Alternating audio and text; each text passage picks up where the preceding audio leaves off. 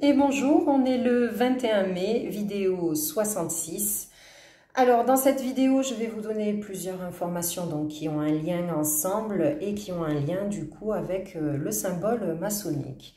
Alors je vais y aller chronologiquement comme d'habitude pour que vous puissiez comprendre dont cette loi que l'on appelle la loi de l'attraction, beaucoup en parlent sur internet, qui est une loi de l'univers, donc scientifiquement prouvée. Alors, là où c'est important, c'est que cette loi, qu'on en soit conscient ou pas, elle fonctionne dans les deux sens, c'est-à-dire on attire aussi bien le bien que le mal. Alors, et ce qui est très important aussi, regardez, il y a des vidéos sur YouTube qui durent une dizaine, une vingtaine de minutes, ça dépend desquelles, qui s'appellent « Qu'est-ce que la réalité ?» où on vous explique que nos yeux sont certes des récepteurs, c'est-à-dire donc on reçoit des informations, mais très important, nos yeux sont aussi des émetteurs. Alors, c'est-à-dire que la réalité extérieure est le reflet de la réalité intérieure, donc de la personne, parce qu'il y a la réalité donc individuelle, et là aussi c'est important, il y a la réalité collective. Alors, ça veut dire qu'en fonction de nos émotions, nos humeurs ressenties, et bien par exemple, si on rayonne de bonheur, on attire à nous donc des événements de la même vibration. A contrario, si on est en colère, dans la misère, dans la tristesse, eh bien on attire à nous des événements de la même fréquence. Alors, très important, attention, l'écho n'est pas forcément immédiat, tout dépend donc des énergies, comme je vous ai dit, qui ne sont pas stagnantes, des fois elles vont plus vite que d'autres, donc autant l'écho peut prendre plusieurs jours, autant l'écho peut être aussi immédiat, sachant comme je vous ai dit qu'actuellement les énergies sont hautes, donc l'écho est renvoyé beaucoup plus vite. Alors,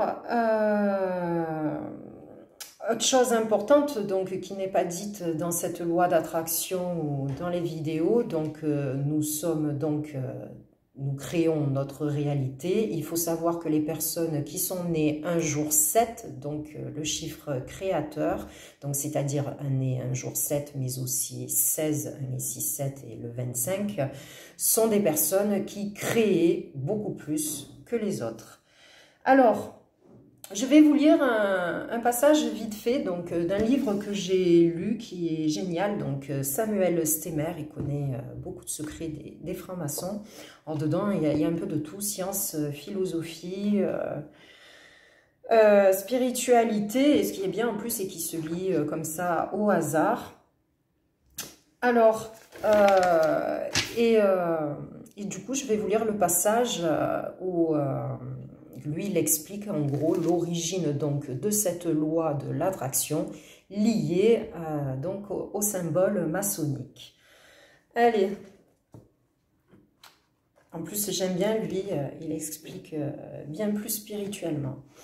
Alors, ce symbole représente la loi universelle du genre, composée du principe masculin, donc le compas vers le haut, et du principe féminin, l'équerre vers le bas, et du principe gnostique de générativité, donc la lettre G qui est à l'intérieur. Pourquoi avoir choisi ce symbole pour être représenté ? Car cette loi délivre un grand pouvoir à celui qui la connaît. Je vais tâcher de vous l'expliquer. Donc, dans cet univers, le principe masculin a pour rôle de diriger vers le principe féminin une énergie inhérente mettant en activité le processus créatif. Donc, exemple, le sperme fécondant l'ovule. Une fois entamé, le processus de création est alors entièrement assuré par le principe féminin jusqu'à son terme, donc exemple la maternité.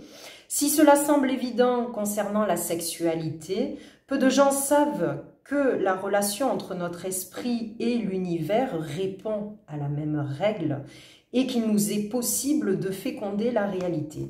Alors juste une petite note, j'avais fait une vidéo justement qui parle l'amour ou le sexe, où justement je parle un peu des secrets liés justement à la sexualité, qui va avec ça aussi. Alors, pour imager ce processus, je citerai le plus vieux texte religieux du monde, à l'origine de la plupart des philosophies connues, les Védas, qui déclarent « Adi, l'absolu, lors d'un rêve, se sépara en deux, Shiva, le principe masculin, et Shakti, le principe féminin. La règle du jeu, Shiva incarnerait le spectateur, tandis que Shakti danserait pour son plaisir, exaucant tous ses vœux. Shiva devint alors la conscience présente dans chaque être, et Shakti, le monde manifesté tel qu'on le connaît. Alors, à la possibilité pour le principe masculin présent en chacun de nous, la conscience, de féconder le principe féminin, donc présent partout dans le monde, et c'est compliqué et subtil à comprendre, hein. Comment, en respectant deux règles, puisque le témoin n'est que témoin et ne peut agir dans le monde, il n'a qu'une solution pour déployer son énergie et l'orienter vers l'objet de son souhait, focaliser son attention dessus.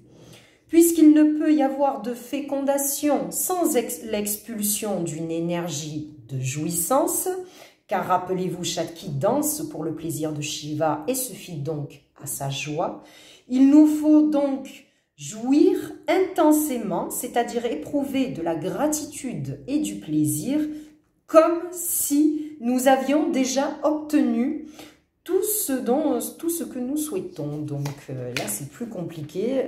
Cette loi de l'attraction, eh bien, elle est difficile parce qu'il y a la théorie et la pratique. Car voilà le problème des gens qui peinent à utiliser ce qu'on appelle donc la loi d'attraction.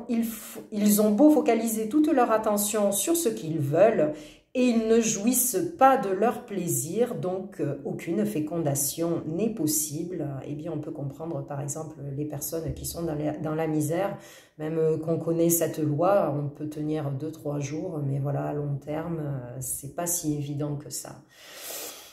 Enfin, souvenez-vous qu'une fois le processus de création débuté, le principe féminin s'occupe de tout. La conscience incarnée peut alors se détendre et apprécier le spectacle. Alors, en tout cas, la loi que j'ai expérimentée et qui, je confirme, fonctionne, c'est que lorsque l'on partage, l'univers nous renvoie, c'est-à-dire, il ne tombe pas du ciel, bien sûr, c'est que nous, on donne à quelqu'un et quelqu'un, un jour, nous le rendra d'une autre façon. Alors, on peut dire que notre univers est magique et que la vérité nous rendra libres, c'est le cas de le dire. Alors, pour terminer, pour comprendre les raisons pour lesquelles le mal a grandi, une des raisons, eh bien, la loi d'attraction fonctionne dans les deux sens. Du coup, dans les pays, par exemple, sous-développés, où l'on souffre de la faim, dans d'autres pays, où là, il y a des guerres, des bombes, du coup, quelle émotion pensez-vous que ces peuples renvoient collectivement, du coup, à l'univers? Eh bien, ça fait ce que l'on appelle un gros égrégore de négativité. Alors, la pauvreté augmente même dans les pays développés aujourd'hui. Donc, du coup, ça, plus l'injustice, plus maintenant, avec le confinement, les gens, ils vont plus danser. C'est voulu, tout ça. Donc, eh bien, du coup, le mal grandit. Alors, à contrario, si on veut que le bien grandisse, eh bien, il va falloir s'unir, s'aimer et partager. Alors, une petite information qui prouve tout ça, là, les vibrations et tout. Il y a une petite vidéo de Greg Braden, j'en ai déjà parlé, où il parle justement que tous les jours, donc, le taux vibratoire de la planète donc, est relevé par des scientifiques et qui se sont aperçus que le jour des attentats du 11 septembre, donc, qui a été une catastrophe et que le monde entier était devant ces écrans, ben, ils ont remarqué que le pic avait bien augmenté ce jour-là, parce que comme je vous ai dit, nos émotions donc, sont des énergies. Voilà, donc n'hésitez pas à vérifier. Et encore une dernière chose, là aussi, eh bien, vidéo 66, donc 66 qui va avec la vibration dans le document que je vous ai dit, perte 2 fois au plan divin. Donc rouge, hein, qui je vous ai dit est la couleur plus du satanisme, Corona, mort, donc maître Mickey. Je précise que 66, 666, 12, qui représente donc le mois de décembre, le cadeau, donc Corona, tout ça, les cadeaux de la matrice artificielle. Et de l'autre côté, donc nous avons la matrice divine, donc prier, hein, voilà, la rédemption, sucre, gloire, semaine, humain, donc voilà. Alors, là où j'en viens, c'est très important, ben, c'est que prier, c'est une énergie très puissante et qui justement fait grandir eh bien, cette énergie d'amour, la négrégore d'amour, on dira plutôt. Et le souci, ben, c'est que dans notre génération d'aujourd'hui, c'est voulu, on croit de moins en moins en Dieu, les gens prient de moins en moins.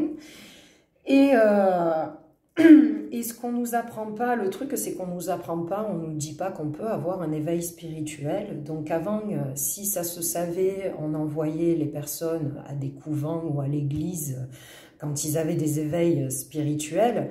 Bien sûr, eh bien, il y a eu beaucoup d'abus dans les églises aussi, les couvents, donc du coup, ben, la perte de confiance. Sauf qu'aujourd'hui, eh bien, ces gens-là qui ont des éveils spirituels, sachant que pour moi-même l'avoir vécu, eh bien, il y en a beaucoup qui finissent en psychiatrie parce que malheureusement, les symptômes que l'on a sont des symptômes intérieurs qui peuvent être douloureux, aussi dans la tête, je dirais des informations qui viennent dans la tête où on n'a pas l'habitude de percevoir. Et bien justement, quand on n'a pas l'habitude, eh bien ça crée de l'inquiétude, de la panique. Et bien si c'est pas pris à temps, eh bien ça peut terminer à la folie. Je connais quelques personnes que j'ai connues depuis mon enfance, qui allaient très bien, qui étaient dans une très bonne santé mentale. Et bien du jour au lendemain, eh bien elles sont tombées malades. Beaucoup disent il est devenu fou, on ne sait pas ce qui lui est arrivé. Eh bien, voilà, on sait. Le souci, c'est que Dieu veut pas que tout le monde prie, mais s'il fait des éveils spirituels, c'est pas pour rien. C'est pour que certaines personnes soient là justement pour prier et pour faire certaines donc missions données par Dieu.